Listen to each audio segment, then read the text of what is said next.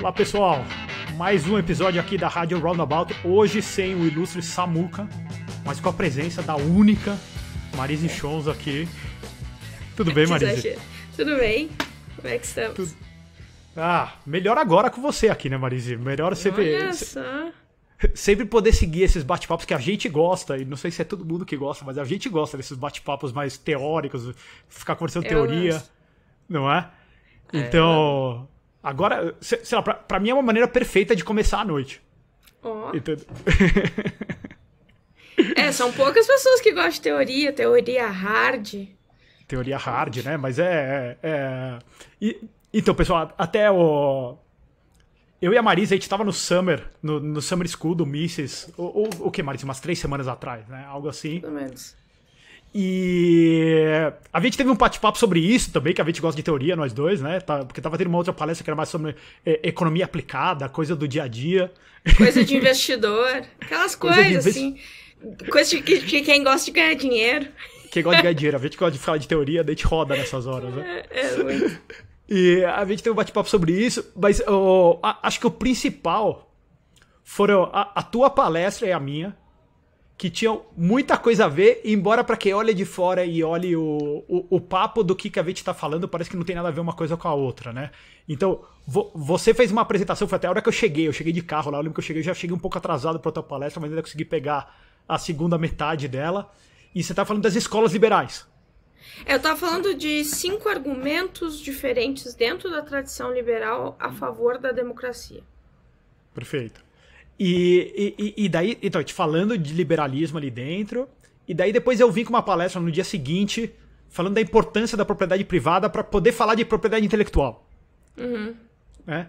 E depois da minha apresentação, você escreveu um texto muito legal que você leu para o pessoal, e que a gente começou a debater, e daí foi até altas horas a gente conversando sobre as diferenças da propriedade privada dentro do projeto marxista. No caso, eu tinha falado do projeto mais de esquerda como um todo, e do projeto libertário, liberal, e até mesmo as diferentes importâncias que tem da propriedade privada dentro de diferentes escolas liberais, vamos dizer assim. Sim. Então, acho que é essa a gênese do nosso papo, né, Marise? E isso é muito legal porque, eu não sei, eu além de gostar de teoria, eu gosto de comparar teorias e identificar padrões. Não só teóricos, mas como esses padrões teóricos são uma certa tradição, estão ali sendo discutidos num determinado contexto, e geralmente contextos que não estão exatamente ligados à sociedade como um todo, mas eles criam um senso comum. Eles criam as percepções mais básicas das pessoas no espaço público. Então, por exemplo, eu vejo que, além da teoria marxista, mas especialmente o projeto, a experiência de poder de um projeto de Estado soviético, ele é responsável muito por um senso comum de que no Estado há uma cooperação verdadeira, enquanto a iniciativa privada não há possibilidade desse tipo de cooperação, o que é um elemento paradigmático e de divergência irreconciliável com os liberais. Porque os liberais, eles entendem exatamente aonde existe uma verdadeira cooperação é no mundo privado, é na dimensão privada. Então, aí já começa... Bom, quando existem duas pessoas discutindo e estão partindo de tradições tão diferentes, se nós liberais e libertários às vezes não conseguimos discutir, imagina com 2 paradigmas tão distintos como marxistas e liberais. Pessoal, então voltando da pausa aqui que a gente deu, problemas técnicos.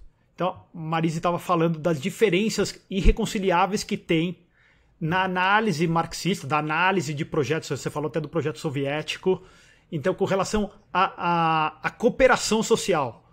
A cooperação sendo fruto, quase que, se não única exclusivamente, mas majoritariamente, através da ação estatal, enquanto no projeto liberal a gente vê a cooperação como algo do âmbito privado. Dos indivíduos, né? Privado. Dos indivíduos, do dia a dia. E aqui, acho que começa a entrar o ponto principal que a gente estava falando, que é assim, dentro disso, como que a gente vê a propriedade privada? E eu lembro que eu coloquei uma frase do Mises lá na apresentação, e que o Mises fala assim, que ele já bem com aquela prosa bem misesiana dele, ele falando, aquele que escolhe entre um projeto com propriedade privada e escolhe um projeto sem propriedade privada, ele não está escolhendo um caminho para a sociedade, né? Um projeto social. Ele está escolhendo o caminho social, que seria a propriedade privada, ou a desintegração da sociedade. Uhum. E enquanto Marx, a gente vê, na hora que ele fala assim, se eu pudesse simplificar tudo, lá no Manifesto Comunista ele fala assim, se eu escolher, resumir todo o projeto marxista para uma frase, ele fala, abolição da propriedade privada. Sim. Então, aqui a gente começa a ver já de cara a diferença da importância dos dois projetos, da propriedade privada para os dois projetos, né? Em um ele é quase que uma ferramenta de poder, ele vê, então que ele tem que ser cerceado pelo Estado, enquanto no projeto liberal não, é uma ferramenta contrária, de proteção contra o poder estatal, né? De proteção contra a tirania, Marisa. Perfeito. No caso, eu não sei se a gente vai começar primeiro com os liberais, mas fazendo Você escolhe. Um mapeamento para pelo menos os próprios liberais que estão escutando, que talvez não... talvez defendam a propriedade privada de uma maneira um tanto... quase que intuitiva. Bom, quais são os argumentos possíveis? Indo um pouco lá para minha palestra, os 5 argumentos sobre a democracia, quais são os argumentos possíveis dentro do liberalismo a favor da propriedade privada? Claro que tem simplificações. Primeiro, a propriedade privada para os liberais é ou um direito ou um objeto, ou as duas coisas. Por direito pode ser tanto as discussões justnaturalistas, os argumentos justnaturalistas, né, então como um direito natural, ou inclusive no caso a discussão positiva da propriedade privada, né, positivada especialmente pela lei. E inclusive nesse tipo de tese do entendimento positivo, né, não de positivo de legal, mas positivo de jurídico, de legal, da propriedade privada, é difícil a gente desassociar essa condição jurídica, que é a propriedade privada, inclusive do Estado, né, o que daria uma certa sinergia entre a ideia de que, bom, o Estado produz a lei, logo existe uma civilização, quase como um argumento também contratualista, por mais que se combine. Locke era um contratualista e também tinha um argumento justnaturalista sobre a propriedade. Então, bom, aqui como direito a gente tem essas duas possibilidades. Justnaturalista, independente de como a lei e o Estado e as circunstâncias são, existe um direito natural a favor da liberdade, e positivista, que bom, a gente precisa, a preocupação nesse sentido bom, qual vai ser a dinâmica, ou melhor, qual vai ser o modelo institucional a ponto de garantir a tal propriedade privada. E, logicamente, aqui em relação ao direito, especialmente, nós estamos falando de uma delimitação social básica do liberalismo, que é uma configuração de sociedade totalmente diferente de outros projetos políticos e ideológicos, que existe uma fronteira entre o público e o privado. Existe algo, claro, é sempre negociável, essa fronteira entre público e privado dança na história, mas no caso eu acho que um dos documentos mais paradigmáticos desse tipo de explicação, esse tipo de ideal de sociedade é um ensaio sobre a tolerância do Locke, onde ele vai determinar, bom, existem coisas que dizem respeito à lei, a lei, a coerção, e existem coisas que dizem respeito ao mundo privado, que é voluntário, que é individual. Ele coloca exatamente a religião neste mundo privado. Pois bem, no caso, a sociedade liberal ela é composta por essa divisão entre público e privado, e eu gostaria que os ouvintes guardassem informação, porque a gente vai comparar com como o modelo de sociedade que o Marx propõe. Não só propõe como politicamente, mas como ele enxerga, no caso, a sociedade que ele estava mesmo inserido. A outra forma é como objeto, e aí, logicamente, a propriedade como objeto é aquilo que faz referência a como o próprio Estado determina o que ele vai tributar, né? Então, como objeto, bom, o que a pessoa tem.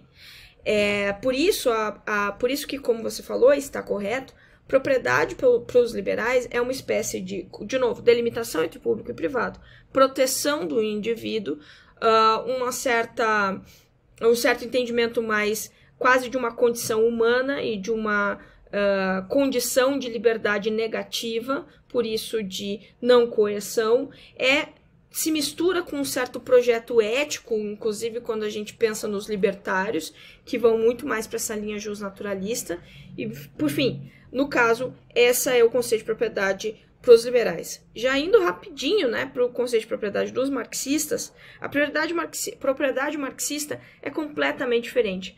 Primeiro que ele coloca a propriedade não vinculada ao simplesmente, não é um direito absolutamente, é um processo histórico que condiciona, que produz a tal sociedade de classe.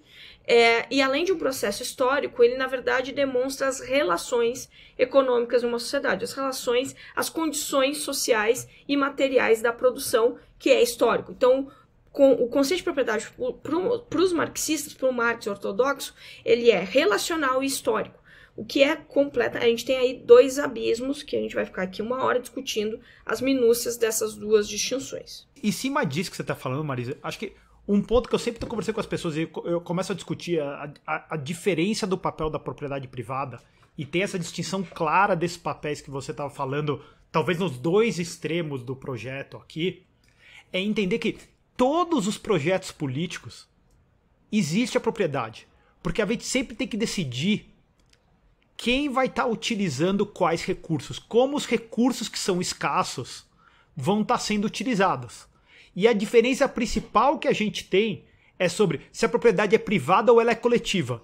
E daí, se ela é coletiva, é como que vai ser tomada a decisão na propriedade coletiva. Exato. Correto? Se vai ser via um ditador determinando tudo, se vai ser um processo democrático infinito, onde a gente decide o uso da caneta, do lápis, dos meios de produção, de tudo que estiver acontecendo o tempo inteiro. Então, acho que muitas pessoas não entendem, pensam que assim, propriedade, ou seja, decidir sobre o uso desse recurso escasso, que inclusive a gente pode estar falando até do nosso próprio corpo, que é um recurso escasso, assim, quem que define ele? E acho que nos liberais, em muitos casos, a gente vai estar falando, vai ser o indivíduo que vai ser o proprietário. Então daí a gente está falando, é propriedade privada. Ela pertence a alguém que decide a utilização dela. Esse recorte individualismo que faz os marxistas pós-Marx discutirem se existe uma certa condição especial na propriedade privada liberal. Por quê?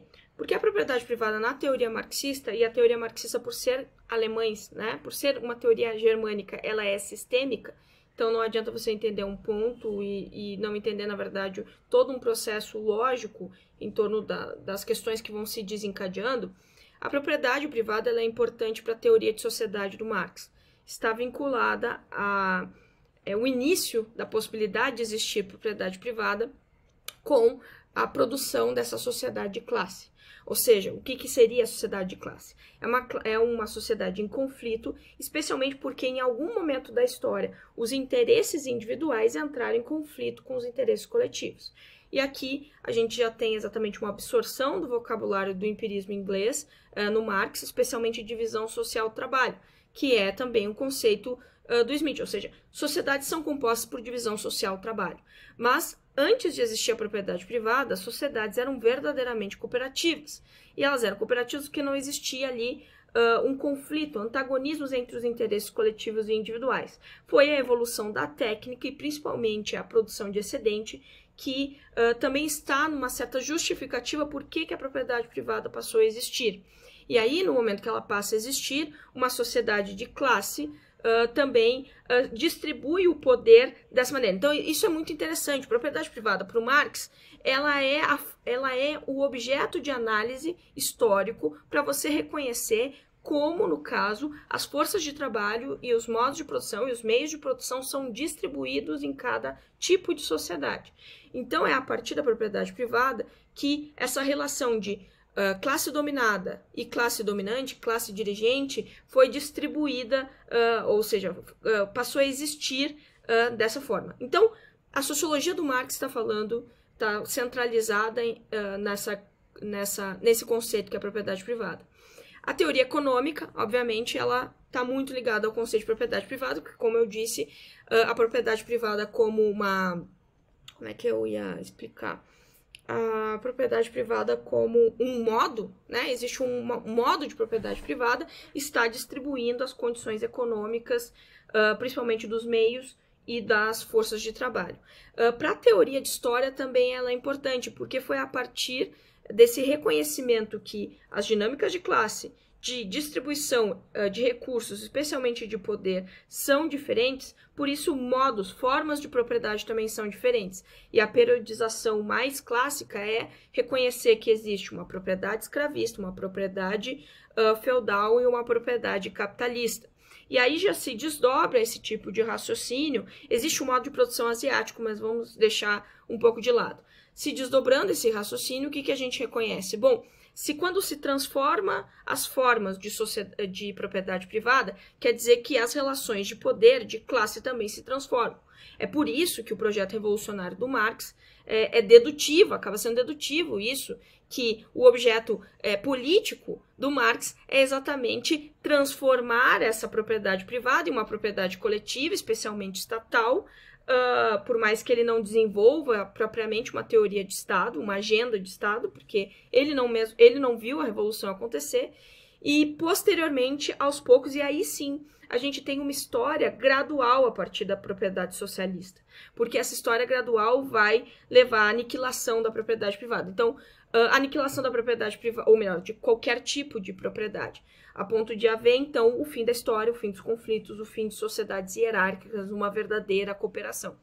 Então, resumindo aqui, propriedade está no centro da teoria marxista. Eu acho que, inclusive, é um dos conceitos mais importantes para compreender o sistema filosófico marxista. Tanto para compreender que, bom, o surgimento da sociedade de classe, como ele entende a distribuição dos recursos, como ele entende as transformações históricas e qual é o objetivo político dele. Sim, e daí ele acaba baseando, ele falando o tempo inteiro, não só ele, mas assim, todos os pensadores marxistas também, posteriormente a ele, sempre colocando a propriedade privada basicamente como o que você estava falando, uma ferramenta de poder e quase como uma regalia dada pelo Estado ao indivíduo. Correto? Por ser poder, é uma coisa que é engraçada, até eu cheguei a escrever isso há pouco tempo, que os próprios liberais perderam exatamente a capacidade retórica de, ao discutir com o marxista, ao se compreender e discutir com o marxista, ele conseguia entender que propriedade privada não é uma espécie de regalia, ou seja, na disposição dos recursos políticos, da luta política, às vezes parece que quando a gente está falando de propriedade privada, a gente está falando de uma pessoa egoísta, que não quer compartilhar, que não quer cooperar com a sociedade, que quer simplesmente reter o excedente consigo. E isso, claro, se um marxista está, mesmo que senso comum está alegando algo nesse sentido, a gente entende, porque a propriedade, ela é, como eu disse, o fundamento, a explicação de Marx do porquê que sociedades estão em conflitos. Por que existe uma sociedade onde existe aquele que é diferente do outro? Por que existe uma sociedade em que os recursos não são distribuídos de maneira igual, horizontal, né? Então, de novo, enquanto o liberal ele enxerga, principalmente na coerção desse mundo público, né?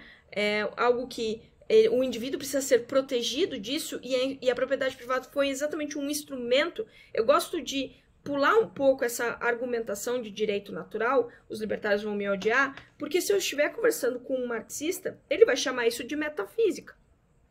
E ao chamar de metafísica, ele vai dizer que isso é uma certa falsa ideologia burguesa, como um instrumento, sim, de poder, para manter sua condição de dominada, e manter, no caso, as relações de dominância sobre as classes inferiores, digamos assim. E quando, no caso, um pequeno burguês, como a gente aqui, que é professor, no caso de um pequeno burguês, quando protege a propriedade privada, ele, na verdade, está sendo um alienado, pois ele nem está no topo dessa cadeia. E no caso de um proletário, de um trabalhador, quando ele defende a propriedade privada, ele continua, inclusive, um alienado, contemplando, no caso, a disposição do poder, dos interesses de classe, onde ele está historicamente condicionado, né? Tá. Então, só para finalizar, a propriedade privada, para os liberais, pelo menos, não é um privilégio. De novo, é pelo menos uma segurança jurídica, e eu acho que esse termo é mais interessante, porque ele tem uma certa materialidade, em que, bom, aquela segurança jurídica, você sabe que instabilidades políticas não vão não vão significar, claro, isso é no mundo ideal, não vão significar estabilidades quanto à sua possibilidade de se proteger desse tipo de anomia social, instabilidade social, instabilidade dos recursos econômicos, inclusive. Tá. Você acha que... enquanto você estava falando, eu estava pensando assim, o que é que causa essa diferença de visão sobre o papel da propriedade e se isso tem a ver com a maneira com que... vou dar uns passos atrás. Assim, o que o liberal entende pela palavra liberdade, enquanto o que o marxista entende pela palavra liberdade? Porque às vezes é difícil a gente usar... sei lá, eu sou libertário, adoro usar a palavra liberdade. Sei lá, é isso que eu estou indo atrás. Mas... Eu converso com um marxista, você conversa com uma pessoa que está totalmente por dentro dessa ideologia woke que tem aí, ela também evoca a palavra liberdade o tempo inteiro. E então, sei lá, eu gosto da definição americana que a gente tem, às vezes, que a gente está falando liberty é freedom do Estado, né? Então, pra gente a liberdade, mais que tudo, é você ser livre da ação estatal, da coerção estatal. E não eu ser livre para fazer tudo o que eu queira fazer na vida, no sentido, eu quero voar, então se eu não posso voar, eu não sou livre nesse sentido. Sei lá, eu tô usando um exemplo bem exagerado de propósito. Enquanto muitas vezes você vê alguém da esquerda assim, ser livre significa quase que eu poder consumir e produzir o que eu queira. Perfeito. A questão da liberdade... Pode falar, pode terminar. Desculpa. Não. Então a minha dúvida é assim, o quanto que essa visão distinta de liberdade, enquanto, por um lado, a ausência da coerção estatal ou da coerção sistemática, e do outro lado, a liberdade significa ser livre para fazer tudo o que eu queira fazer. Então, será que aqui que está uma das raízes dessa distinção da maneira de olhar? Eu acho que tem várias falhas econômicas também, mas estou falando essa diferenciação de como enxergar a liberdade afeta o papel em que a gente enxerga a própria propriedade privada. Eu gosto de sempre, quando eu começo uma palestra com o pessoal liberal, dizer que a liberdade não é o conceito... Existe ali o prefixo da palavra liberal que induz a gente ao erro, achar que liberdade é algo que os liberais é central no pensamento liberal. Eu sempre digo somente no pensamento liberal também, né? E também somente no pensamento liberal. Existe algo anterior da liberdade, que é próprio dos liberais e próprio do que é reconhecido hoje como pensamento moderno, que é o individualismo propriamente, como uma certa tradição de pensamento. A liberdade, ela é um atributo do indivíduo, com certeza um dos mais importantes para os liberais, mas a liberdade é um atributo do indivíduo que, inclusive, para os liberais, muitas vezes independe das circunstâncias, porque está muito ligado até com uma liberdade de consciência, liberdade de pensar, está muito ligado a um outro conceito muito importante, que também é atributo do indivíduo, que é a razão. Então, e também essa liberdade liberal, ela está relacionada a um certo conceito de igualdade, pelo menos de horizontalidade na disposição social, independente das diferenças. Claro que isso não foi do nada, isso na verdade foram séculos de transformações morais que levaram ao que hoje a gente chama de direitos humanos, né? Uma ideia de não só um atributo do indivíduo, dos indivíduos, independente do estado onde ele está, né? É a liberdade, é a igualdade e mais uma série de coisas que ainda se discute.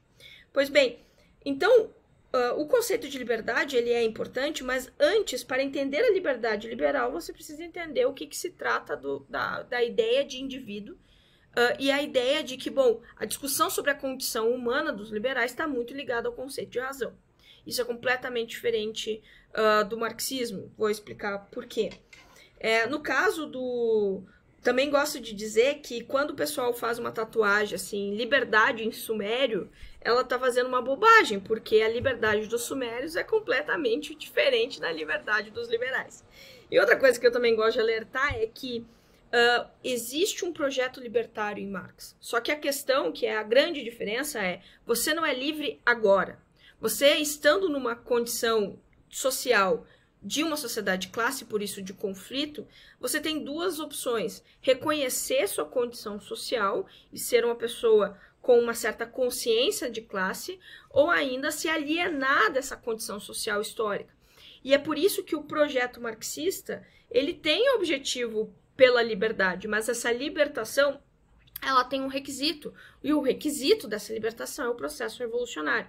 Então, um exemplo também bom para pessoas entenderem é, tem um psicólogo, na verdade, ou psiquiatra, ou melhor, existe um psicólogo chamado Viktor Frankl, que foi preso num campo de concentração em Auschwitz, um cara de 1,80 que saiu de lá com 40 quilos, 40 e poucos quilos, e ele diz que a única coisa que não conseguiram tirar dele foi a liberdade. Daí as pessoas pensam assim, mas como assim não conseguiu tirar dele se ele estava naquela condição? E a liberdade que ele está entendendo é, de novo, aquela liberdade de consciência, a liberdade de decidir diante de qualquer circunstância. E ele chega a dizer que sim, ali naquele momento ele viu as coisas mais terríveis que os humanos podem fazer, mas ele também viu as coisas mais belas que humanos podem fazer uns com os outros. Então, eu gosto muito desse exemplo. Claro, eu não quero romantizar esse exemplo, mas explicar que liberdade para os liberais está ligada a duas coisas: liberdade de consciência, até mesmo a liberdade de pecar, e também a autorresponsabilidade. Então, eu sempre explico para os alunos o autogoverno, né? Então, alguém que, às vezes a gente vê essas vulgaridades de internet, alguém que diz assim, liberdade com responsabilidade, para mim é uma certa redundância. Por que é redundância? Porque a liberdade liberal não é a liberdade de fazer o que quiser, é diante de todas as libertinagem, né? E assim, se for no mundo privado, pode ser, mas no caso dos liberais, existe ali uma condição de liberdade de consciência. E é por isso também que a liberdade de expressão é tão importante. Depois, se quiserem entrar... se bem que liberdade de expressão ninguém aguenta mais esse tipo de discussão. E o outro ponto é uma certa capacidade de autogoverno. E essa capacidade de autogoverno que é responsável por um outro conceito esquecido também da tradição liberal, que pode ser criticável, mas é esquecido, que é a sociedade civil. A sociedade civil como uma sociedade autônoma do Estado, reguladora do Estado, ainda que protegida por uma Constituição, ela tem, sim, ela mostra uma maturidade de autogoverno, do qual também se estabelece aquela relação entre público e privado. Então, de novo, pessoal, liberdade para liberais é liberdade de consciência e autogoverno. E não exatamente ter liberdade de sair da sua condição humana, sei lá, voar, e muito menos ter tudo que quer em termos materiais. Perfeito. E enquanto às vezes no projeto marxista a gente acaba indo para... é a liberdade para eu satisfazer todas as minhas vontades, quase. Na verdade, isso é muito neomarxista, é muito dessa geraçãozinha, porque no caso do Marx, o capitalismo é uma espécie de desumanização por conta de uma antropologia marxista a favor de um conceito ontológico de trabalho. Ou seja, o que nos faz humanos é o trabalho, ou seja, essa capacidade de produzir nossas condições materiais de existência. Essa relação instrumental com a natureza que vai, historicamente, se desenvolver a técnica. Então, além dele entender uma história evolutiva, ele tem um certo entendimento de humanidade que está ligado a essa relação instrumental com a natureza. Então, no momento em que um proletário está numa condição de dominação de classe e está trabalhando e não obtendo os lucros, principalmente, da sua produção, e ainda assim imerso em um mercado que concede mais lucro aos empresários e aos capitalistas, porque ele é obrigado, a partir do seu salário, que já foi usurpado uma parte, ele é obrigado a ir para o mercado consumir, inclusive, as mercadorias. Então, é essa a explicação marxista que no capitalismo a gente se desumanizou exatamente porque está muito distante desse conceito ontológico de trabalho. Então, já o nosso conceito ontológico o que nos faz humanos, do que é ser humano, é a razão, é a possibilidade de pensar, que é completamente diferente, até porque razão para o Marx não é uma construção individual, é uma construção coletiva, ligada à sua condição social de classe. Por isso, Se enquanto para o Adam Smith a divisão social do trabalho produz, mesmo numa sociedade entre indivíduos e diferentes, uma coesão social a partir da interdependência, no caso da divisão social do trabalho do Marx, as relações dentro dessa configuração de condições sociais, ela está exatamente... Desculpa, eu me perdi. Ela tá, porque o pensamento marxista é todo sistemático. Ela está exatamente... Não, as condições materiais dele estão determinando a forma dele pensar no final do dia. Perfeito, exato. Só para terminar, no caso, a ideologia ela é uma construção subjetiva, não é uma construção subjetiva, é uma construção coletiva ligada a uma história enfim, uma história de distribuição material e de condicionamento das classes, e é por isso que não existe possibilidade de um burguês, pessoas em classes diferentes cooperarem através dessa consciência ideológica. Só existe possibilidade das pessoas cooperarem dentro da sua classe. É isso. Não, perfeito. Não, e aí a gente vê essa maneira diferente de ver até boa parte da crítica de Mises sobre o próprio Marx vai em cima desse polilogismo dele. E Mises fala o tempo inteiro, ele levanta a importância das diferenças culturais, quando ele está falando de nações no sentido logístico, linguístico, perdão, e cultural, mas ele está falando o tempo inteiro que todos os povos têm a mesma... Não sei se a expressão que ele usa é quase que a estrutura do pensar, a estrutura da razão entre todos eles é igual. Enquanto para Marx, basicamente a tua estrutura da razão ela acaba sendo diferente. É porque a relação entre o ser, que é o ser material, objetivo, a realidade, principalmente das condições econômicas, ela é a única realidade objetiva que existe. E a consciência ela não consegue ser autônoma do ser. Então, se ele está pensando em um processo histórico, você não pode pensar fora da história. Então, essa é a justificativa do porquê que o Marx pensa assim. E fora uma interpretação ortodoxa, especialmente leninista e depois soviética, de que existe uma relação quase mecânica entre o ser e a consciência. Então, se muda o ser, muda as condições econômicas, muda também as formas de pensar. O que foi um erro do Marx, porque isso ele condiciona o Estado, esse ente, Estado, quase como um desdobramento das relações econômicas. E é o que, acaba enfraquecendo um pouco a teoria marxista pelo Estado ter emergindo como ser hoje uma das entidades com mais poder, inclusive de distribuição dos recursos.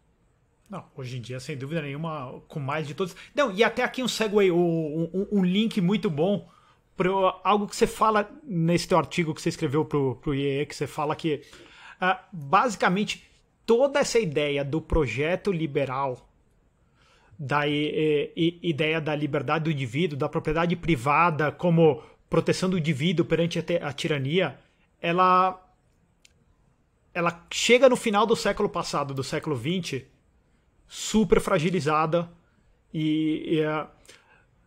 Mas eu lendo aquilo, para mim parece que, na verdade, o golpe forte que esse pensamento sofre é no início do século XX, mais do que no final. E ele, sim, daí ele se desdobra.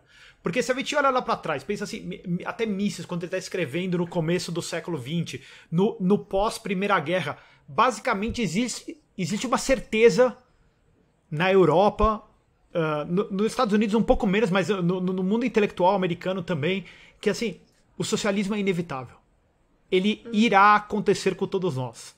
E nos Estados Unidos mesmo, o que a gente tem? A gente tem o começo da era progressista. Então a gente tem a era progressista, ou seja, essa mudança da visão do Estado, o Estado no máximo, pelo menos nos Estados Unidos até então, o Estado era visto, ele tem que garantir algumas liberdades individuais, alguns direitos individuais, principalmente a propriedade privada, para o Estado como o engenheiro social. O cara que vai resolver todos os problemas da face da Terra, independente dos direitos individuais. Se ele tiver que passar por cima dos interesses individuais, ele vai passar por cima. E passar por cima do direito individual nada mais é do que a erosão total da propriedade privada. Então, eu olho o século XX como uma história... toda a história de destruição do projeto, sei lá, vou usar a palavra liberal clássico, só para ficar mais simples assim, mas desse projeto liberal clássico Mas é verdade. Até de chegar aqui na frente, não sei se... Não, como que você vê total. isso e... Tá. E como tu leu muito Mises, o Mises ele é uma das vozes que está acusando não, mas está descrevendo a tragédia do pensamento liberal. No caso, o próprio Hayek também. Inclusive, no começo do século XX, a gente tem uma bifurcação, né, dentro das possibilidades liberais. A linha austríaca, obviamente, que começa a enxergar o Estado não mais como um instrumento para produção da propriedade privada, como uma segurança jurídica, e no caso os progressistas, né, os liberais sociais, que entendem o Estado como um importante instrumento para evitar revoluções, porque vão, no caso, fazer uma certa justiça social a ponto de evitar revoluções. Esse é o argumento principal dos liberais sociais. E no caso, eu acho... Perdão. Quando você diz uma revolução, você está falando assim, uma revolução popular que causaria a destruição do Estado, do dito Estado de Direito liberal. Não só popular, Isso. mas especialmente de projetos revolucionários, carismáticos e totalitários. E para entender isso, precisa entender que, bom, como o século XIX, da metade para o final, foi se desenvolvendo novos atores, como, por exemplo, os sindicatos. E, inclusive, a própria organização do marxismo politicamente no interior dos estados, né, como o Partido Comunista, o Partido Comunista Russo, o Partido Social Democrata alemão, enfim, todos esses. Eu acho que o golpe realmente, o primeiro golpe que foi bastante prejudicial pro projeto liberal é 1914, que é a Primeira Guerra. A Primeira Guerra, como a primeira guerra pós-indústria, pós-revolução industrial, ela tem potencial de destruição muito grande. E para sustentar a máquina de guerra, a Primeira Guerra estuprou, abusou demais daquela separação entre público e privado, porque condicionou, por exemplo, a produção industrial, a produção de riqueza e a própria população a ser absorvido pela máquina de guerra. Não, e é basicamente a Primeira Guerra total mesmo que você está falando. Ou seja, até então a guerra era concentrada em sua grande maioria aos campos de batalha. E na Primeira Guerra o que a gente tem é a guerra...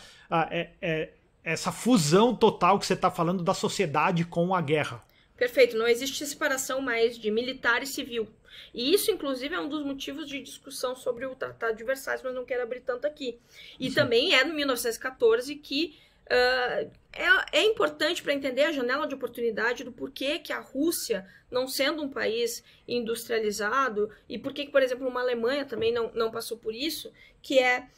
por que a Rússia ela conseguiu, né, grupos da Rússia conseguiram, no caso, fazer a revolução. Até porque, até então, antes da Primeira Guerra Mundial, a ala mais reformista do Partido Comunista Russo era muito mais forte. No apoio deles para a Primeira Guerra, eles perderam muito espaço, fora questões específicas da forma da história no caso da Revolução Russa. O fascismo também é outro projeto que, por mais que não aniquile completamente um projeto capitalista, mas produz um projeto monopolista de Estado.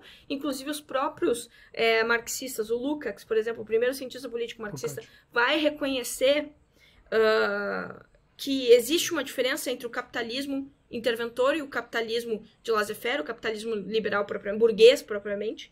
E a social-democracia pode ser vista de duas maneiras, como um golpe, o Mises diria que é um golpe, ou como, no caso, uma certa síntese e talvez salvação de um pouco do projeto liberal e democrático. Porque, sim, a social-democracia muda, no caso, a responsabilidade do Estado, que antes era... o McPherson, inclusive, fala de uma democracia protetiva, isso que o liberalismo clássico está sugerindo, protetiva do que do indivíduo, e no caso, o objetivo do Estado pós-social-democracia passa a ser conciliação dos conflitos de classe. O ente jurídico cidadão, que era burguês, até entra no projeto social-democrata, mas o objetivo do Estado muda completamente. Então, isso também uma... O Estado passa a perseguir objetivos sociais o tempo inteiro. O que importa é o objetivo que ele quer alcançar e não setear, como falaria em português, determinar as regras do jogo para que as pessoas determinem o seu caminho. Mas, então, eu vejo todos esses projetos de destruição que você está falando do projeto liberal como graus diferentes e às vezes escopos diferentes de agressão institucional contra a propriedade privada. Sim. E tem mais uma mudança de paradigma, tu que é economista, né? Mudança de paradigma econômico com Keynes, que vai tornar cético essa questão liberal, que é, bom, o próprio mercado é capaz de regular a oferta e demanda, e principalmente de emprego, né? O Keynes, ele não rompe completamente com a tradição liberal, mas ele vai dar chance para outros projetos que são absolutamente nada liberais. Não, perfeito.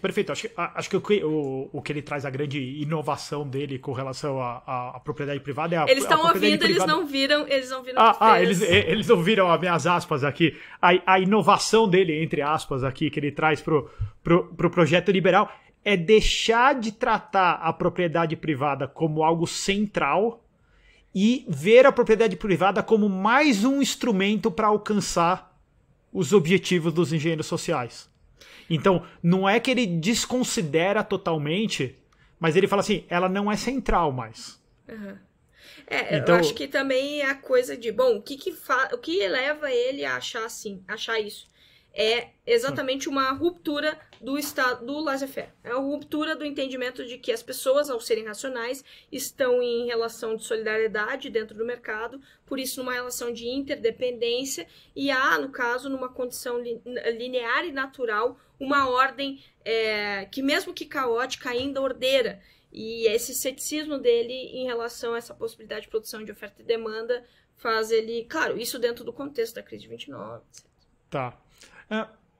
Deixa eu vou pegar uma... Não sei se é uma tangente, mas, sei lá, sair um pouco desse ponto que a gente está falando. E no teu artigo você fala bastante, assim, a liberdade de decidir. Né?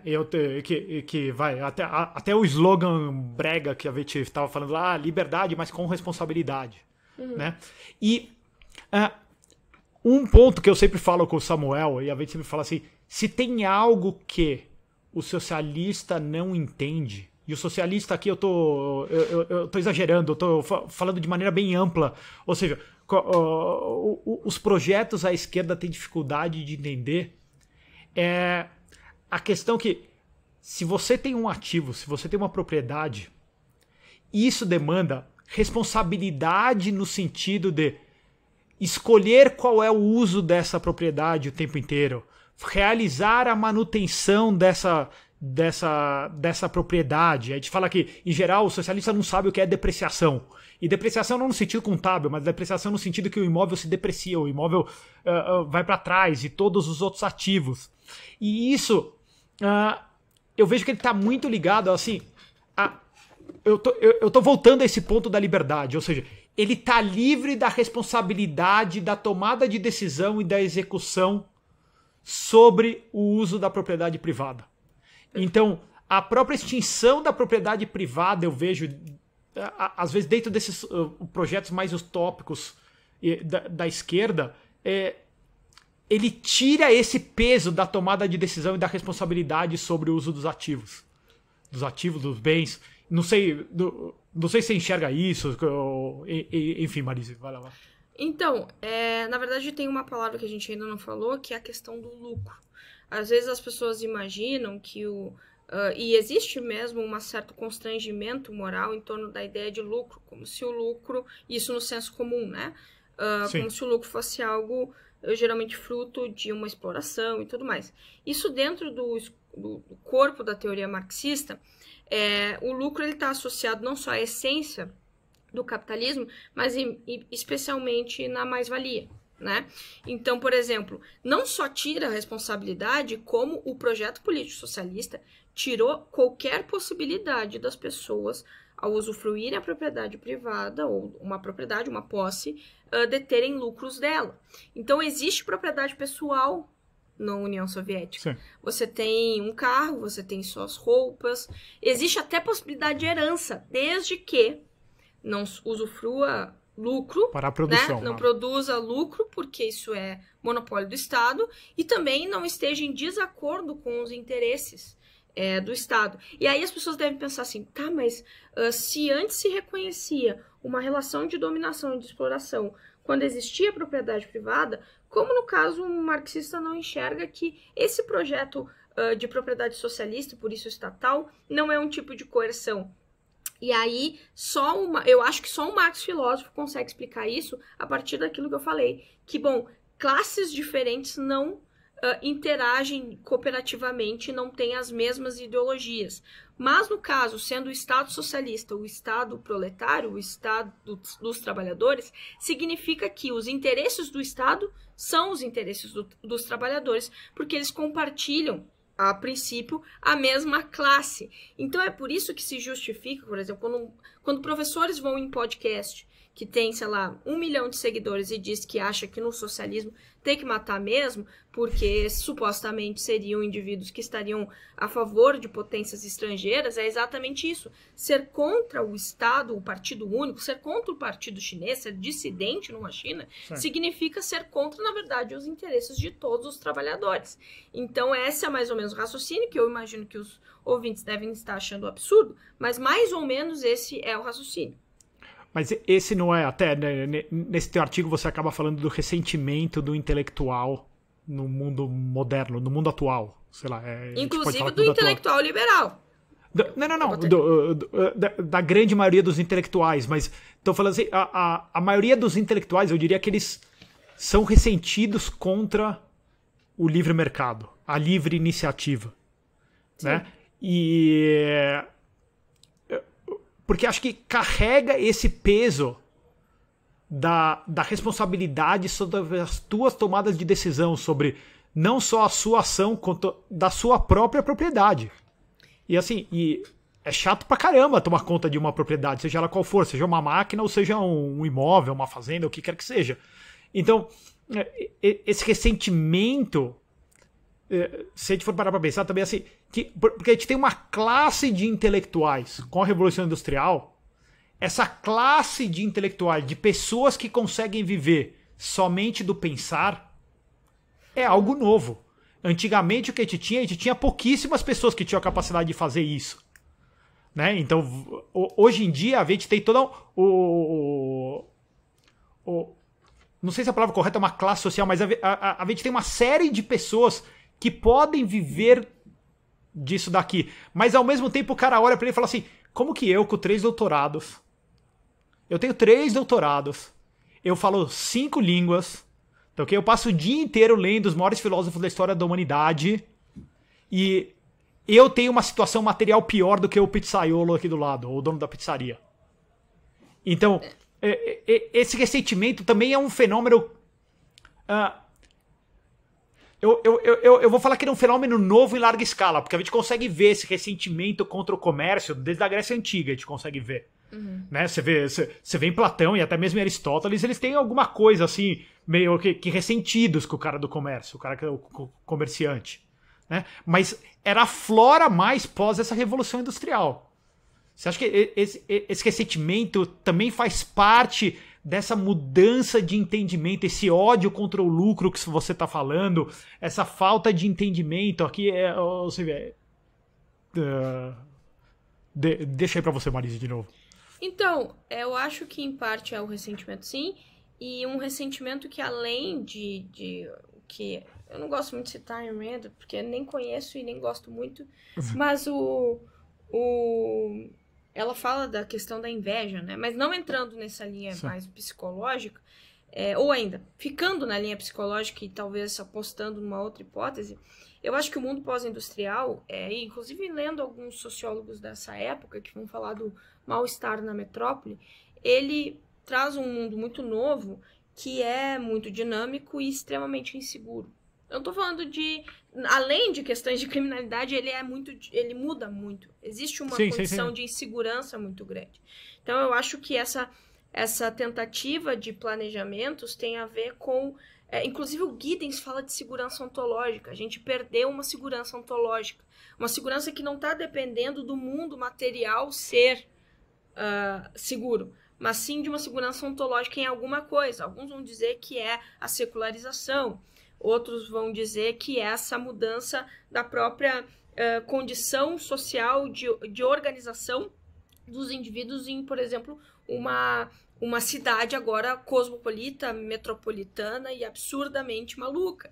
Então, independente qual é o motivo dessa insegurança, eu acho que ela é uma das apostas. E assim, eu não sei se é porque eu não vim de família intelectual, minha mãe tem 4ª série.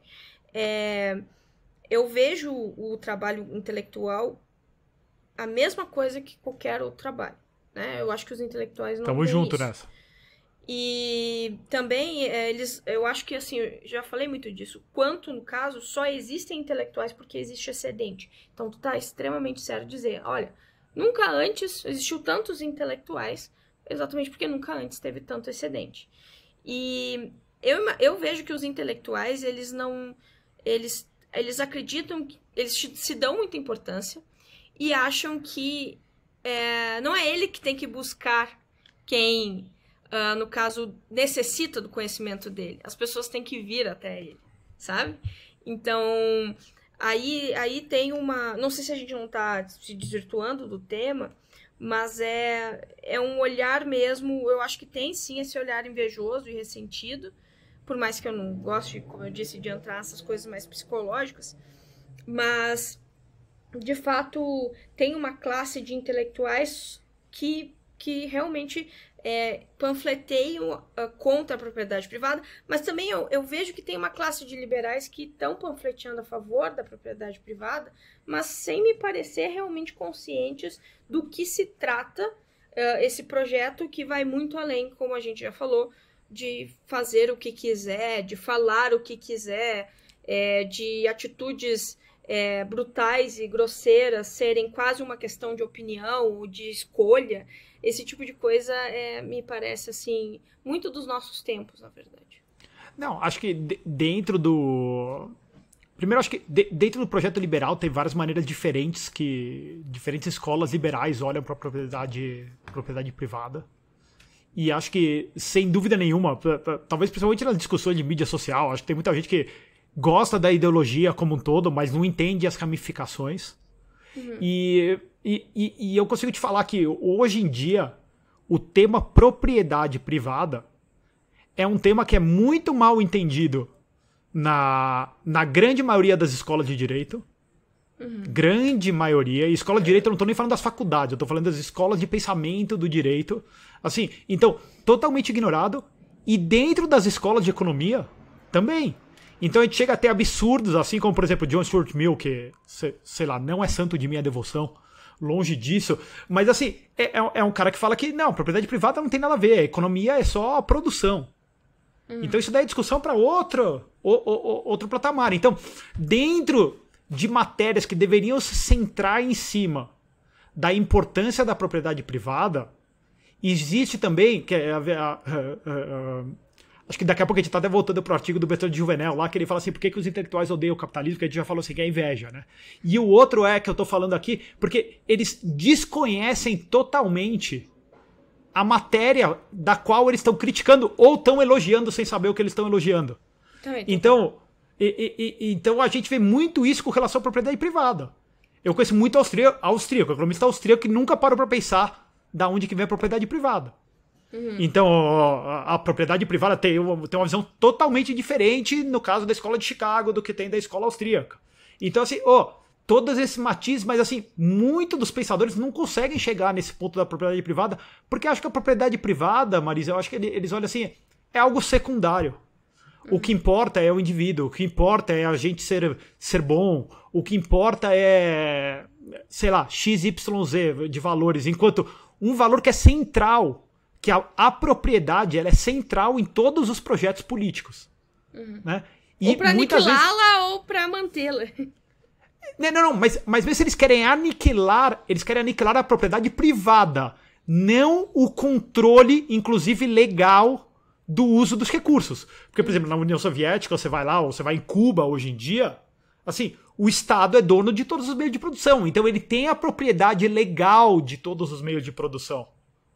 Então, aqui que eu tô falando assim, ela é central e a gente não consegue entender, sei lá, vocês conversam com alguém que estudou direito positivo, assim, no Brasil, nos Estados Unidos o common law já quase que virou direito positivo também, mas assim, o cara não consegue explicar o que é propriedade privada. Eu acho que a melhor forma de entender por que a propriedade privada é uma peça fundamental num projeto liberal de sociedade aberta é que a preocupação de um Adam Smith e de um Montesquieu, que são, né, estão em lugares muito diferentes, é como viabilizar uma sociedade comercial pacífica. E, no caso, para ambos, a propriedade privada, né, e, claro, eles têm instrumentos diferentes, mas eles estão preocupados com isso. O que me parece dessa confusão é que eu acho que as pessoas, num mundo tão caótico, elas não sabem exatamente o que elas querem, né? Tudo está muito limitado a talvez um desejo muito efêmero, muito hedonista, de identificação daquilo que está errado, de irritação emocional porque está errado, mas sem uma visão de um projeto. Eu não estou falando de um projeto central, obviamente, mas quase que de um projeto de filosofia política normativa, um projeto ético propriamente.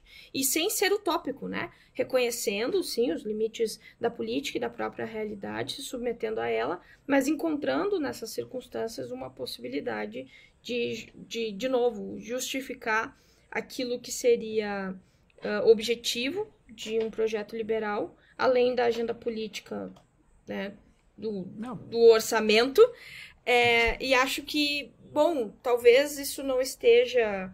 Claro, vou puxar a sardinha para o meu lado. Isso não esteja porque não se tem uma formação dura. Eu acho que até os marxistas, eles têm uma formação mais... Uma formação dura, que você diz, uma formação educacional, educativa? Não, uma formação filosófica mesmo. Bom, se tu se diz liberal, meu amigo, tu vai ter que passar por certos estágios. Então, assim, eu não é uma lavagem cerebral, mas de fato passar por certo... Não está muito claro, por exemplo, qual seria um programa de estudos do pensamento liberal. Isso não está claro. Né? As pessoas ficam ali no 6 lições, aí depois leem um libertário. E as 6 lições é um livro aplicado, não é nem um livro de teoria de Mises. É um livro super introdutório para quem está começando a ler. Eu tô contigo nessa, não é... Talvez é o primeiro passo. Você tá vestindo tênis. Pra sair nessa caminhada ainda. E o segundo passo a gente não estruturou. É aí que tá. Quem já deu o primeiro passo, já tá convencido. O que fazer com ele? Não se tem. Não temos aqui. E aí que é engraçado, porque nos círculos liberais que eu vou transitando e observando, as convicções em torno de elementos que deveriam ser fundamentais para possível ação política, etc., não tem convicção. Por isso que eu falei que o próprio liberal não sabe mais o porquê que ele está defendendo a propriedade privada, e quando faz com um pouco de vergonha, porque parece que ele está defendendo um privilégio egoísta dele. Então, isso é muito interessante, assim. Enquanto, por mais que, claro, a tradição marxista também se perdeu completamente, né? Mas... Então, acho que você falou a questão da gente ter normas éticas ou normas legais. A gente só tem essa necessidade porque existe conflito sobre o uso desses recursos que são escassos. Seja o nosso corpo, seja a terra com que a gente está se desdobrando, os recursos naturais que a gente está utilizando, a comida, as ferramentas... Tudo a gente tem que decidir isso. Se não existisse essa escassez, a gente não tinha conflito. E se a gente não tivesse conflito, então daí talvez sim. Se não existe conflito sobre nada, talvez a gente não tenha necessidade de existir a propriedade privada. Mas acho que dentro desse projeto liberal, a centralidade da propriedade privada, e daí acho que ele é central em quase todas as escolas. A questão é só se ele é a coisa, o ponto, ou se ele é um ponto que complementa outros pontos, mas a propriedade privada está lá. Ela está lá para evitar esses conflitos e garantir as liberdades, todos os outros pontos que vêm de maneira secundária. Então... Pode falar. Perdão, vai lá. Não, é engraçado isso, porque você falou, bem como um liberal, obviamente, a importância da propriedade privada. Mas eu gostaria de fazer, se eu fosse marxista, a retórica disso. Tá? Diga. A retórica seria o seguinte: a propriedade privada como uma propriedade, como um modo, melhor, uma forma de propriedade específica em uma sociedade burguesa, é a propriedade que garante que as relações de poder se mantenham da maneira que está. É essa propriedade que faz com que haja uma desumanização das classes dominadas. Então posso te cortar aqui só rapidinho, que você falou assim, a propriedade privada como uma ferramenta de poder para manter o que existe. Exato. E aqui eu volto para aquele ponto lá atrás que eu falei assim, a responsabilidade e a dificuldade de manter a propriedade. A propriedade, ela não existe num mundo estático. A gente vive num mundo dinâmico. Então, o tempo inteiro, essa propriedade, o mundo muda. Assim, de quando a gente começou a fazer esse bate-papo pra cá, o mundo já é outro. Eu já sou outra pessoa, você já é outra pessoa. As nossas propriedades já se degradaram. A gente tem que dar vazão para elas. Então, o ponto que eu acho que assim, são pontos fundamentais do entendimento do que... Você falou assim, a visão de Marx sobre o que é o ser humano. Né? Então, assim, a história da razão, a centralidade da razão... Mas o entendimento do meio que a gente vive. Olha, eu vou ser provocativa. Vai lá. Eu não sei qual é a tua história, mas existem duas coisas que fazem você proteger, você querer manter a propriedade privada. Ou por ser um interessado, o que não seria tão ruim para o Marx, ou ser um alienado. Né?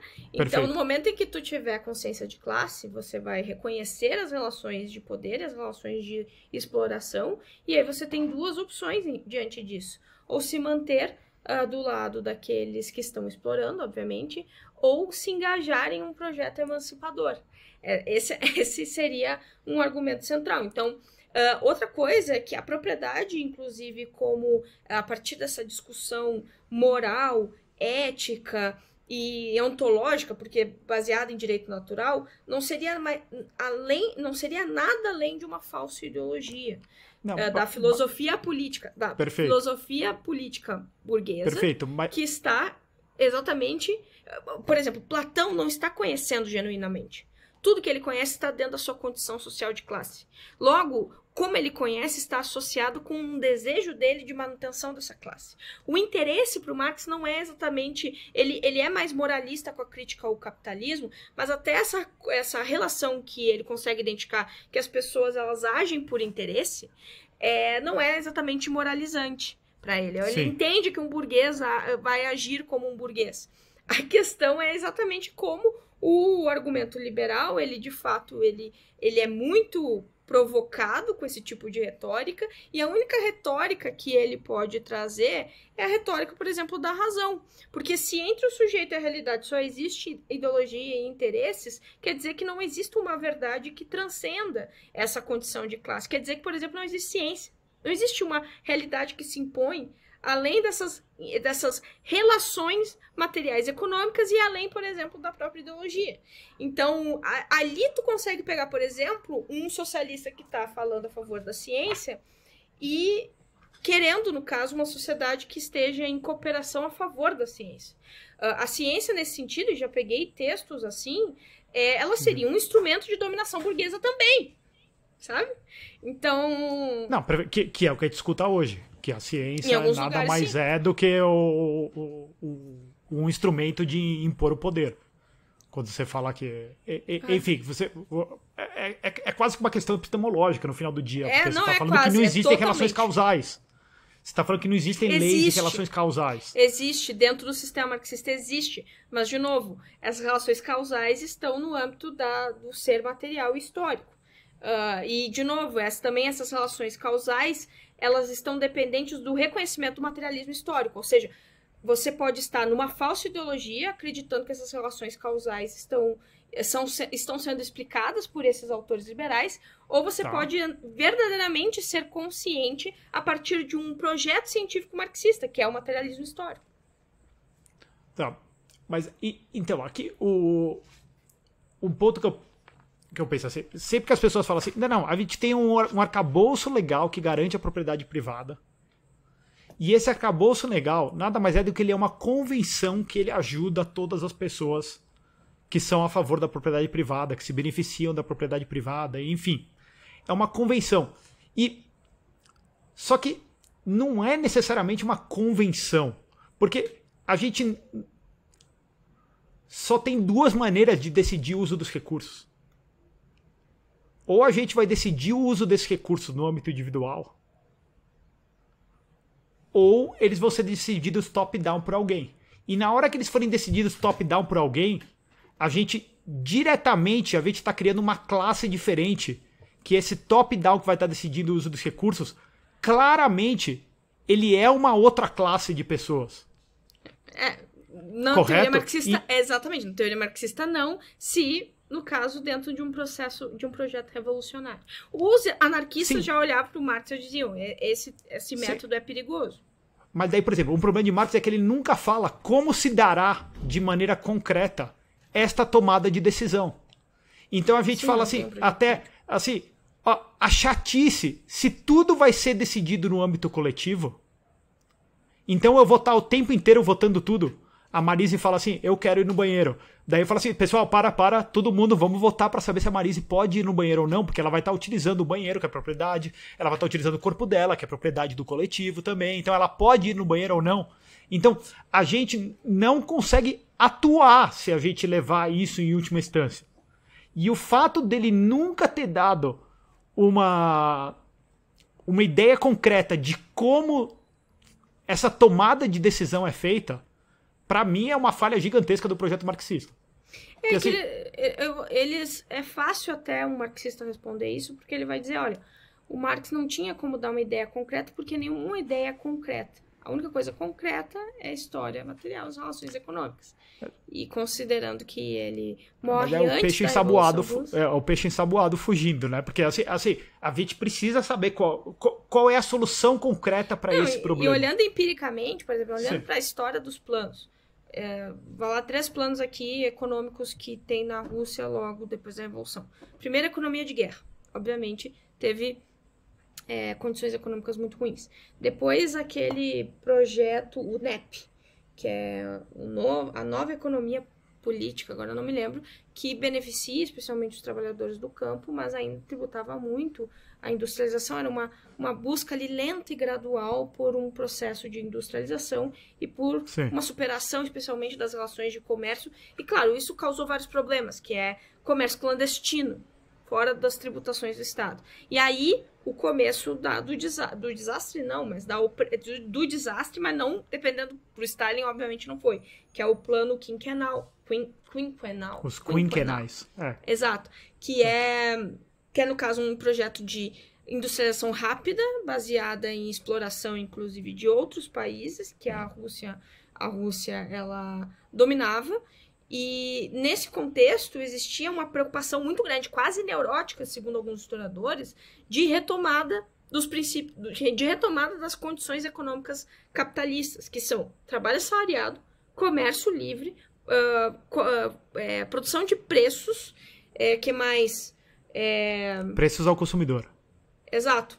Preço ao consumidor, não preço dos fatores de produção. Então, sim. Eu estou dizendo como é que era a discussão da época. Né? Então, eles se preocupavam muito que o projeto marxista, que o projeto socialista perdesse o trem da história, como eles gostam de dizer. Então, claro que a resposta a isso foi uma repressão muito grande, porque em alguns lugares ainda colonos, né, alguns lugares do interior, ainda existia algum tipo de trabalho assalariado, existia ainda algum tipo de propriedade privada, e essas pessoas elas tiveram uma repressão política muito grande, a ponto de, inclusive, serem identificadas como inimigas da nação, e assim por diante. Então, mas, de novo, qual é o argumento filosófico disso? Os interesses do Estado socialista, os interesses do Stalin estão em harmonia com os interesses do trabalhador. Parece bizarro pra gente, mas é. Não. Eu sei que é bizarro, mas a gente volta ao ponto que, assim, então, de maneira prática, como que foi tomada a decisão com repressão para o uso dos recursos que foram utilizados para a produção? Nesse caso, Estado repressor. Um Estado repressor totalitário. Inclusive, os marxistas do Ocidente reconhecem isso e vão dizer assim, tem marxistas que vão dizer, a ponto de, olha só como a linguagem ela é algo importante. Sim. Tem marxistas que dizem assim pro Stalin, os chamados revisionistas, olha, Stalin, o que tu tá fazendo, na verdade, não é socialismo, é um capitalismo interventor. Então, diga logo que o seu projeto é um capitalismo de Estado. Então, teve gente que olhou pro Stalin, claro, marxistas ocidentais olharam pro Stalin e o acusaram de um capitalista monopolista de Estado. Sim. Então, mas eles também não têm a solução para como definir a produção, né? Então...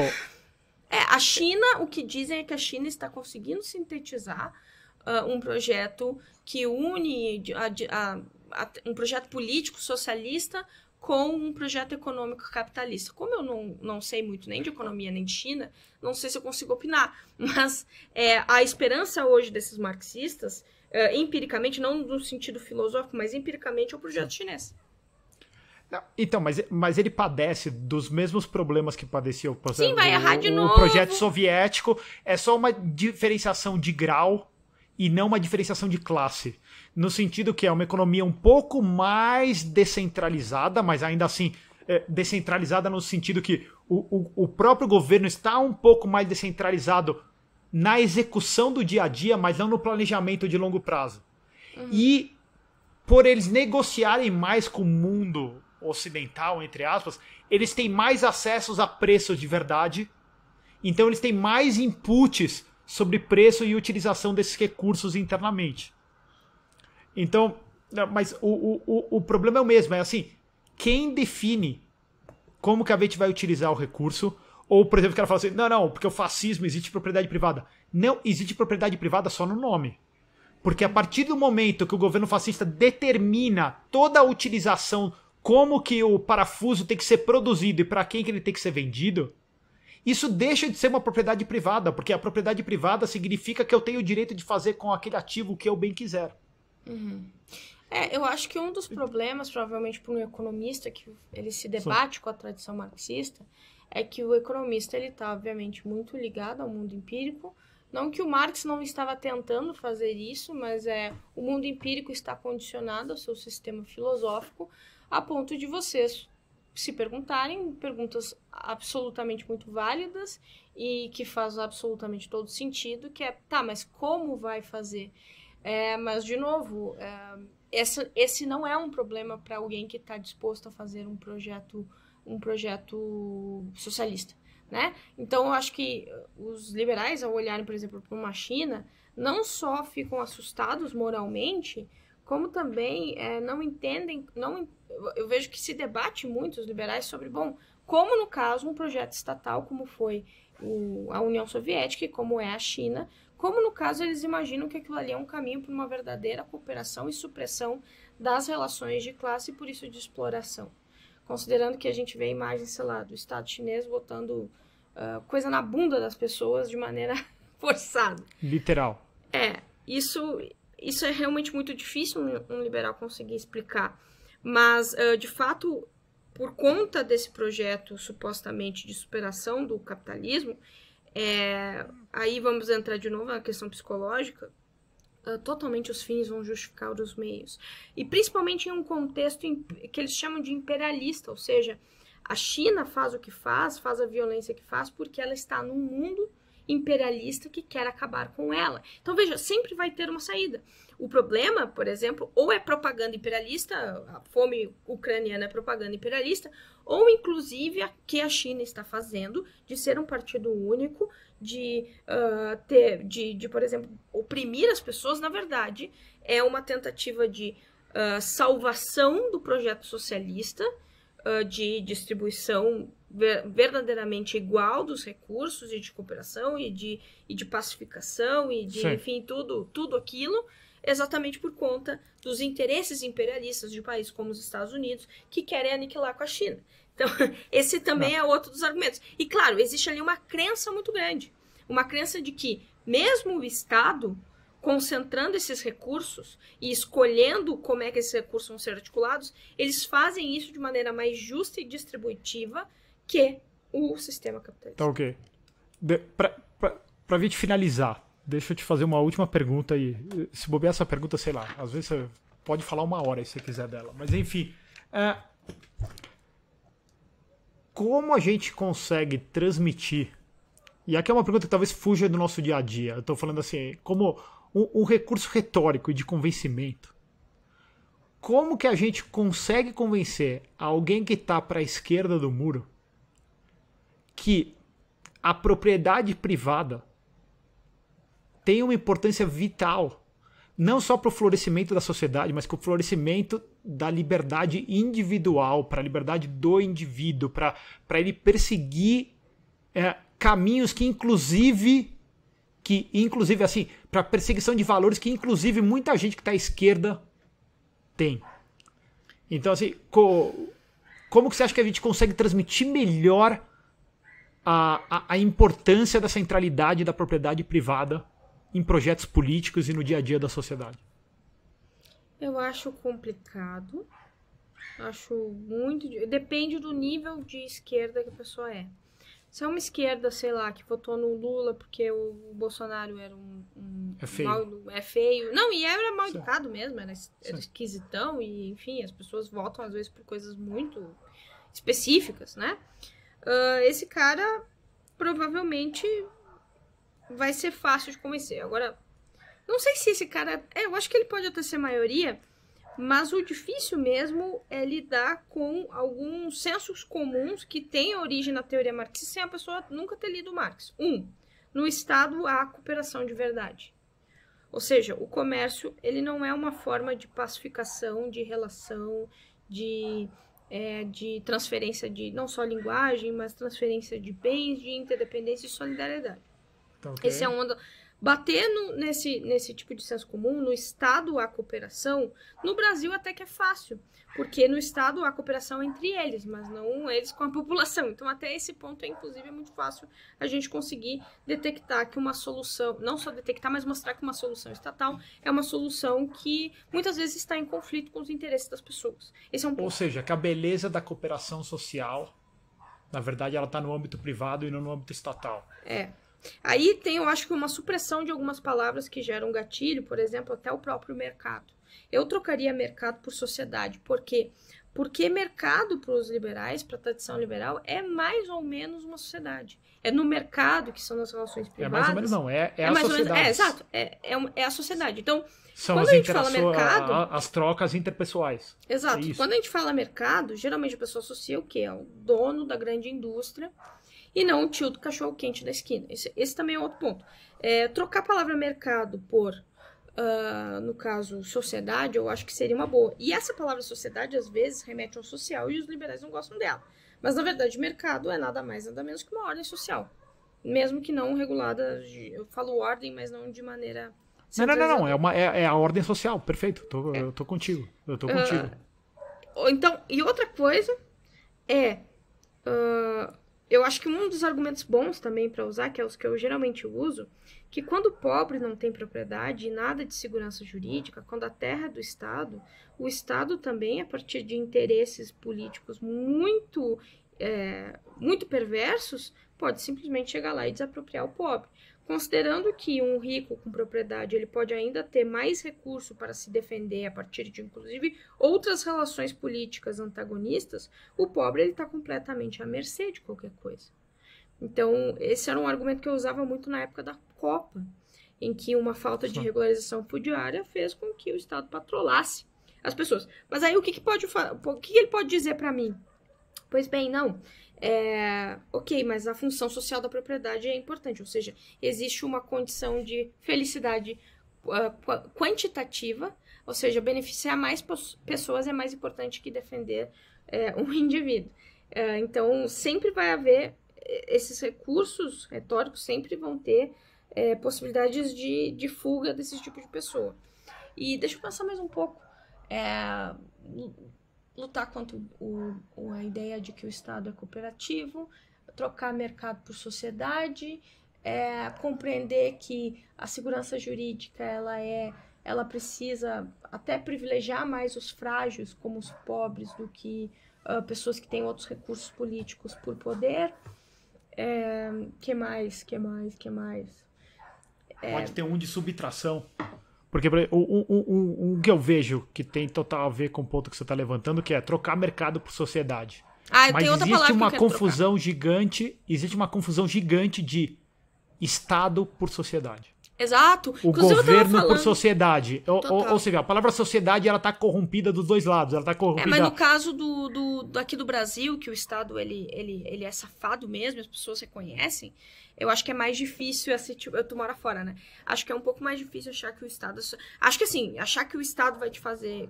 Que vai fazer bem, lá tem uma cooperação mais isenta e neutra, isso sim.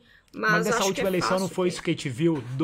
Dois lados achando que se ele colocar o cara bom do lado dele, o Estado fará o bem para a sociedade. Mas acho que não é o Estado, acho que é o líder carismático mesmo. Acho que é assim, eu estar submetido a uma certa rede de poder que me protege. É uma coisa mais tradicional e inclusive patrimonialista. É mais do que simplesmente o Estado. É o vereador que me protege, vou votar nele porque ele me protege. Então, é quase uma sociedade hierárquica, bastante aristocrática, que tu submete a caças dominantes para, se você é vulnerável, se proteger. E outra palavra que é bom a gente mudar é mão invisível. Mão invisível foi estuprada. Mas usam muito no Brasil mão invisível? Eu fui numa palestra há pouco tempo e estavam usando bastante mão invisível. E o mão invisível parece que tu tá sendo ingênuo de confiar que as relações entre as pessoas vão ser eficientes e racionais e bem intencionadas. A gente sabe que a tendência é ser bem intencionado, que na verdade a fraude é uma exceção. A gente sabe que as pessoas elas agem, por exemplo, em relação a si racionalmente, mas mão invisível talvez seja uma palavra que nos coloque numa condição idealista. E aí vamos pensar aqui uma possibilidade para mão invisível. Não linearidade, eu acho que é uma boa. Não vai ser, obviamente, para todo mundo que vai dar certo, não linearidade, mas às vezes as coisas são não lineares, né? Ou seja, as decisões eu tenho objetivo, mas o objetivo não é acessado linearmente. Então, não querendo pegar uma tangente gigante, que a gente poderia pegar uma tangente gigante e basicamente começar a falar de outro tópico, mas assim, eu vejo um problema gigantesco e é quase que, de novo, é uma questão epistemológica, que é a ideia de que tudo pode ser planejado top-down. Uhum. Então, quase que uma adoração, ou entender que ciência é um método científico, e se ciência é um método científico e só existe um método científico para todas as coisas, então tudo a gente pode fazer experimentos controláveis, então tudo pode ser desenhado através da mente. Isso é mais da economia, provavelmente. Mas mesmo no desenvolvimento da ordem social que a gente está falando aqui. Porque se eu posso desenhar um modelo de governo perfeito de cima para baixo, eu posso pensar num governo global que vai funcionar igualzinho para todos os lados. É quase que o positivismo que a gente falou outro dia. É o positivismo. Isso é o positivismo. Mas é uma adoração do positivismo e achar que tudo que não seja o positivismo é uma loucura. Então, é a coisa da segurança que eu falei, né? Tem uma promessa de certeza e não... Uma promessa de certeza, que é até um entendimento errôneo do que é a razão humana. Uhum. Então, assim, existe um projeto que, assim, nós caminhamos em direção ao conhecimento absoluto de tudo. E não acreditar que, assim, nós nunca saberemos tudo. E aí dois lados meio antagônicos que nos espreme, né? O lado desse positivismo, que acha que o conhecimento é total, universal e certeiro e é só usar o método para alcançá-lo. E o outro lado relativista, doido, que não existe conhecimento objetivo, não existe nem mesmo a possibilidade de conhecer. O que existe são ações, posições de classe e posições políticas, ideológicas. Então acaba que se algo que é empírico e descritível e é factual, na verdade um produto de uma posição de classe. Então a gente está vendo essas duas coisas muito esquizofrênicas.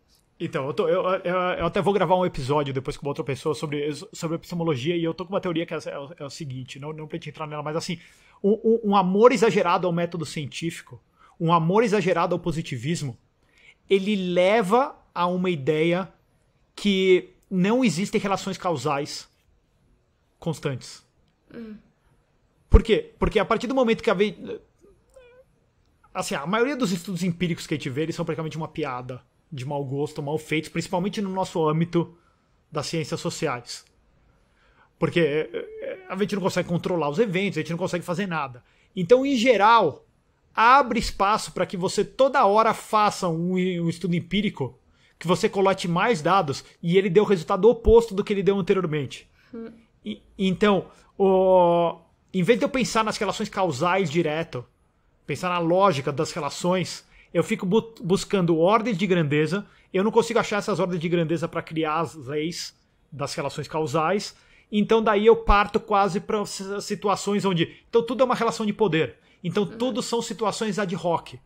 Tudo são... Ou seja, então a gente vive mesmo esse mundo onde não existem as leis causais, não leis normativas, mas as leis da natureza, e ao mesmo tempo a gente só sabe das coisas se a gente fizer, e a gente pode vir a saber tudo um dia, é só questão da gente manipular bem os dados. E aí aí me lembra os vários planos de desenvolvimento que o Brasil teve e nunca alcançou as metas. E inclusive uma das grandes críticas ao Bolsonaro era o desgoverno, né? Essa era uma das grandes críticas. O que é um pouco esquizofrênico. Lembra que ele ia ser o ditador, que ia ser tirano e tal, não sei o quê, e depois ele foi acusado de desgoverno. A desgoverno dele não ter controle sobre não ter controle sobre... E não teve mesmo. Sim. Ele não só não teve controle das coisas, como principalmente não teve controle da classe política que ele estava se inserindo ali, né? Não, sem dúvida. E foi expurgado por ela. Mas isso mostra... Inclusive eu conversei com um colega meu de ciências sociais da época, que ele disse que estava muito feliz de ver a política tradicional voltando, ver estadistas voltando, ver o jogo político voltando como ele é. Não que eu discorde totalmente dele, que o jogo político nos deixa com um pouco mais de segurança, não porque eles vão agir moralmente, mas é porque é muito mais previsível. O jogo político como ele é, eu não sei, para mim o jogo político é uma das coisas que a gente consegue não exatamente prever, controlar, mas consegue ter expectativas reais sobre como é que funciona. Então a economia, eu acho que sim, é muito mais dinâmica, mas a política é menos dinâmica que a economia, viu? A política tem uma certa estrutura que se repete, que a gente não pode garantir se vai se repetir no futuro, mas dá para ver recorrências no passado. Então, de novo, eu acho que esse desejo, né, pelo projeto central tem a ver com um desejo de segurança, tem a ver com olhar para o Brasil totalmente caótico e saber que a qualquer momento, qualquer decisão política você está à mercê de, sei lá, destruir toda a tua vida. Pense num Collor, pense na violência que foi financeira, cancelar as poupanças, reter a poupança das pessoas. O Brasil, eu vivi isso, eu lembro perfeito. Mas, então, é uma violência. E aqui mesmo o que é? Um desrespeito à propriedade privada. Sim, de novo. De novo, a gente só do círculo civil. O tempo inteiro, quando nada é resolvido no âmbito privado e tudo vai ser resolvido no âmbito político, né? A gente vive esse ambiente que a gente fala assim, poxa, mas estão politizando tudo é politizado. Sim, porque tudo vai ser decidido no âmbito político. Então tudo é politizado a cor da camiseta, é politizado os bonequinhos da Disney, tudo é politizado. E é engraçado porque os próprios liberais, por exemplo, eu gosto de uma frase que é: os fatos são teimosos, do Raimundo Faoro falando da inflação. Os fatos, eles se impõem, né? Então, há discussões, às vezes, dos liberais internamente, principalmente nos seus partidos, em que acham que defender ideias são mais importantes do que viabilizar o projeto, né? Então, me parece que essa confusão entre público e privado, que é trazido pela literatura social brasileira, patrimonialismo, que é trazido como um fenômeno bastante estruturante da sociedade brasileira, a cordialidade como uma dinâmica agressiva, passiva e hierárquica de você reconhecer qual é o seu lugar, o jeitinho, é um pouco ambivalente isso, mas ao mesmo tempo que coloca essa realidade, que é uma realidade, de novo, hierárquica, caótica, que as pessoas têm que buscar segurança, exatamente se submetendo ao guarda-chuva dos donos do poder. Por outro lado, também é essa realidade anárquica, ou melhor, confusa e conflituosa, que faz o brasileiro ter uma certa anarquia. Então, por exemplo, agora essa nova decisão que é contra a propriedade privada, do STF, que ele pode cobrar imposto de maneira retroativa, inclusive a processos que foram ganhos. E sabe o que um advogado falou para mim e me tranquilizou? Sempre vai ter um jeitinho. O brasileiro sempre vai encontrar um lugar. Ele sempre vai encontrar uma forma de subverter o Estado. E olha, se tu for numa favela lá na época do Covid, não existia Covid ali. Então, eu ainda acredito no brasileiro, na sua anarquia, e, claro, uma certa esquizofrenia, de até querer Estado, mas quando aquilo não é bom pra ele, ele vai saber escapar. Tomara, que te escutem, Marise. Eu acho que a anarquia brasileira, eu adoro a anarquia brasileira, sabe? Eu não quero que mude, eu não quero que a sociedade se torne uma sociedade civilizada, alemã. Deus me livre, viver na Alemanha, onde as pessoas acusam, não, deduram o cara que não passou pela faixa de pedestre. Pra mim, isso também é contra a propriedade privada, deixa a minha vida. Não, total. E porque também é a politização de tudo, né? Alguém lá em cima determinando como que todos nós devemos nos comportar no âmbito privado e o que a gente deve fazer com a nossa propriedade. Então ela deixa de ser nossa propriedade, né? O objetivo político de um liberal hoje precisa ser preservar, diante das circunstâncias, de maneira como for possível, preservar o mundo privado que restou. E esse mundo privado que restou, ele é muito pequeno. Porque, principalmente, até culturalmente, nós estamos entrando numa seara que o mundo público, a interação pública, ela é constante, ela é tudo. Então, o liberal, ele precisa preservar não só no âmbito político, mas até no âmbito social mesmo, de que existe um mundo privado, que é onde você pode, de fato, se despir, que é onde você pode, de fato, ser você mesmo, que não interagir. A sociedade, ela é um lugar de coerção, de limitação, e que, enfim, até eu acho que a sociedade só é viabilizada dessa maneira, mas para isso é preciso existir um mundo privado. Então, quando os meus alunos acham que, quando eu digo que algo é público é para todos, ele está completamente errado. O mundo público, ele é um mundo de privação. É no mundo privado que eu tenho uma verdadeira liberdade, é no mundo privado que eu tenho essa verdadeira espontânea. É um mundo privado que eu devo buscar felicidade, por exemplo, e não na dimensão pública. Perfeito. Acho que eu acabo o nosso bate-papo aqui. Acho que essa tua última frase foi perfeita. Eu sempre falo assim, a beleza ela só ocorre num âmbito privado. Então a gente precisa de mais direito de propriedade para que a gente possa florescer como indivíduo e a gente possa ter as nossas diferenças como indivíduo. Senão nesse âmbito coletivo, o âmbito estatal, coletivo, a gente não tem essa capacidade de se expressar de maneira diferente. Então, Marise, muito obrigado. Acho que esse bate-papo foi demais. Acho que a gente tem que fazer mais vários nos próximos tempos aí, Marise. Muito obrigado pelo papo. Eu peço desculpa de, às vezes, fugir do âmbito da questão empírica e ir pro lado da filosofia política, mas é porque acaba que eu estudo os marxistas porque eu sei o quão cretino eles são em relação à retórica. E eu sei, e o meu objetivo hoje é estudá-los exatamente para saber todas as possibilidades de fuga retórica que eles podem ter para justificar tanto o projeto político deles quanto o projeto epistemológico deles. Então, eu acho que os liberais têm que se preparar muito, muito mais, inclusive, para conseguir lidar com isso e não apanhar na seara pública. Tô contigo. Muito obrigado, Marisa.